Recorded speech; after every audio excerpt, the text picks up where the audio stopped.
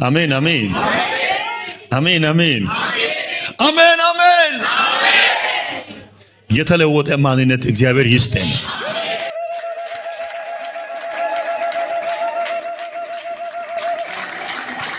ጌታ ሆይ ለውጠኝ በሉስ። ማን እንደሆነ ያለው ዘምሯል። ለውጠኝ ለውጠኝ ለውጠኝ ለውጠኝ ጌታ አንተን እንድትመስል አድርጋ ኢየሱስ ሕይወቴን አለ። ክብር ለኢየሱስ ይሁን። ምን አርገኝ መለወጣችን አያልቅም። እግዚአብሔርን እስክትመስል ሃሌሉያ አሜን ሃሌሉያ ጊዜ ድረስ ሃሌሉያ እስክንመስል ጊዜ ድረስ ከክብር ወደ ክብር እንለወጣለን። መለወጥ አያልቅም። ክብር ስጡ ለኢየሱስ።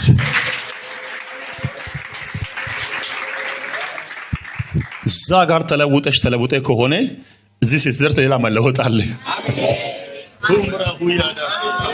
እዚህ ሌላ መለወጥ እዚህ ጋር ስትደርስስ እዚህስ እያለ ይቀጥላል። ተለውጠሽ አያልቅም። ቢሆን ተለውጨስ አያልቅም። መለወጥ ያልቃል አያልቅም። ይለወጣለሁ በሉ። ከየት ወዴት? ከክብር የመጀመሪያው ከውርደት ሳይሆን ክብር ነው። የመጨረሻው ክብር ነው። አሜን አሜን። ይህን ሲናገር ጳውሎስ ሁለተኛ ቆሮንቶስ ምዕራፍ 3 ከአንድ እስከ መጨረሻ ነበር ሲያወራ የነበረውና እዛ ክፍል ምዕራፍ ላይ የብሉይ ኪዳን መጻሕፍት አሉ። ስለ ሙሴ ያነሳል፣ ስለ ፊደላት ያነሳል፣ ስለ ሕግ ያነሳል። በጣም የሚገርም ነው።